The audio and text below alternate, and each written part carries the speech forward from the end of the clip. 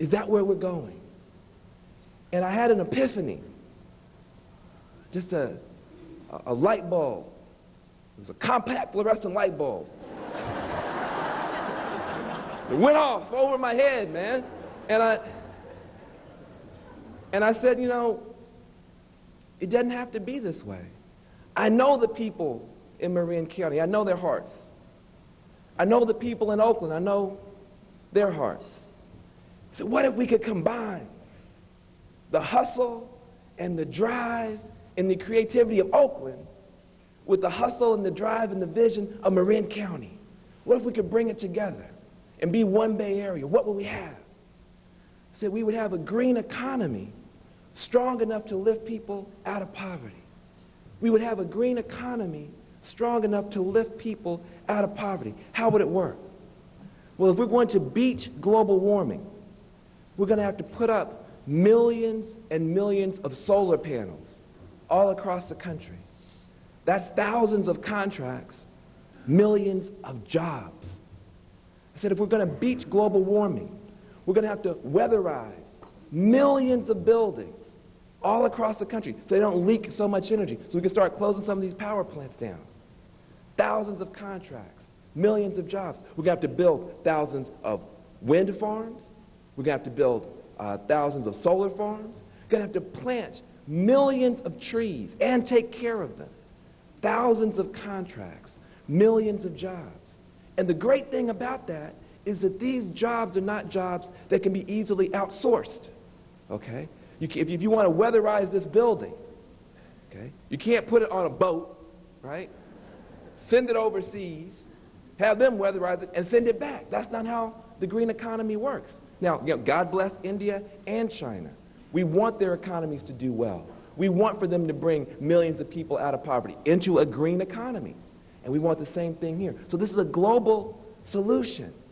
I started to think to myself, you know, what if we told those young people in the community who are standing on street corners, who feel they have no hope and no future, that we want to give them the training and the tools and the technology to get in on the ground floor of something that's going to have to grow in this economy. Energy prices going up, carbon going up. We're going to have to make a change. And in that change, there's going to be work created, economic opportunities created. And if you can get in on the ground floor, brother, if you can get in on the ground floor, sister, yeah, today you might be putting up solar panels. Today you might be walking around doing energy auditing with a caulk gun. But tomorrow you can be a manager in that. Maybe the next day you can be an owner or a contractor yourself. These are green pathways out of poverty into an economy that's good for everybody and good for the earth and good for your children. I thought to myself, we could build in this country momentum so that we could have a green wave that could lift all boats. And I got excited. I got happy. I got revived. And I decided I wanted to dedicate my life to figuring out a way to make that happen. And I started telling people everywhere about it. And I want you to know that I was received when I came back to Oakland with utter bewilderment. Okay? I want you to know that when I got back to the neighborhood and I said, I have found the answer. We shall be free. And the answer is yoga, tofu, and solar panels. I was not well received. And the thing about it is, before, when I was twitching, overworking, snapping at everybody, burning out, coming to the conclusion that everybody around me was an idiot. Anybody here ever burned out? It's like everybody else seems crazy, you know. Nobody at that point said anything negative. I said, oh, well, you know, he needs to get some more rest, you know, the ambient, you know, you're tripping sometime. Nobody said I was insane. When I came back with this stuff, people said, hold on a second, bro, hold on, brother.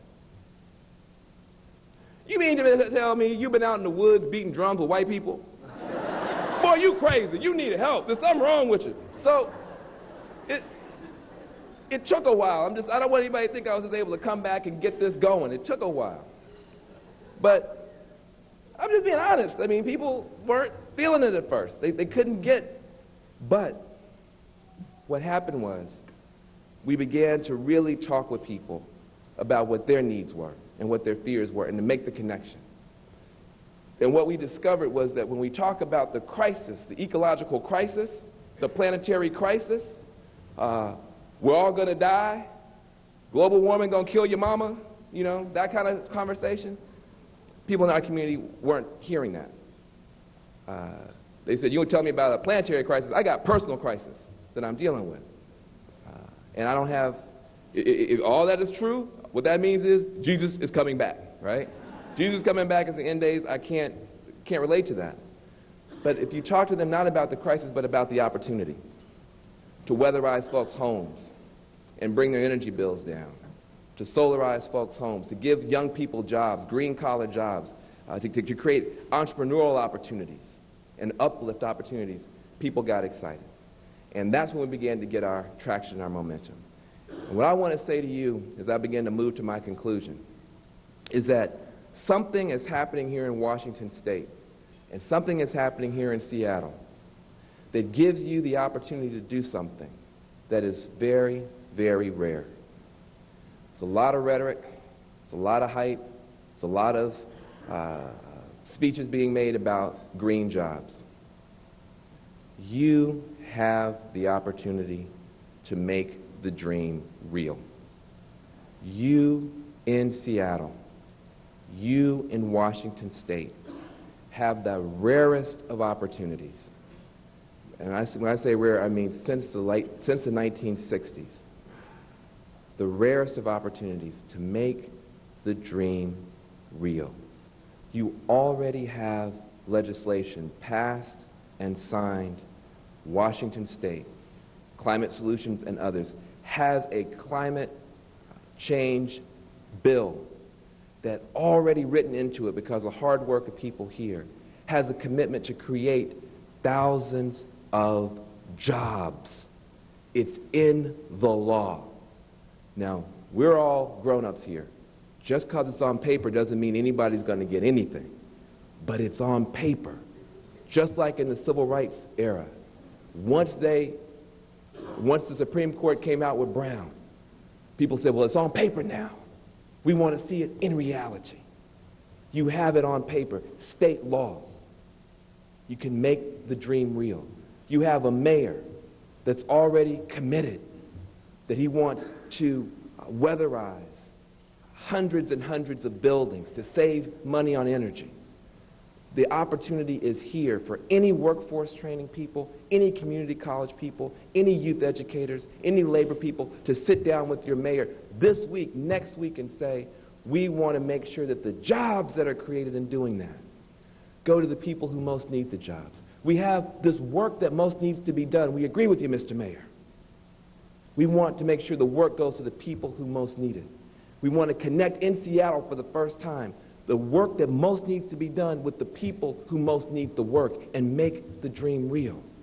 You have right here in Seattle, City Lights, who has already declared that they need more workers. Half their workforce is going to be retiring in the next few years. They need more workers, and they are already constrained. Listen to me. They can't grow any more of their energy except for with renewables and conservation measures. They can't build any more coal power plants. They have to do it with solar, with wind, with conservation measures. That is jobs, jobs, jobs. So all of us who have been toiling with young people with no future and no hope and no opportunity have the ultimate carrot now. Jobs that pay $15, $20, $30 an hour that are going to have to be created here. Now, the state can just go and get people from other states to come, I suppose. But I think we've got people from all around the world who are already here who need a job and who need opportunity. And you can help make that dream real.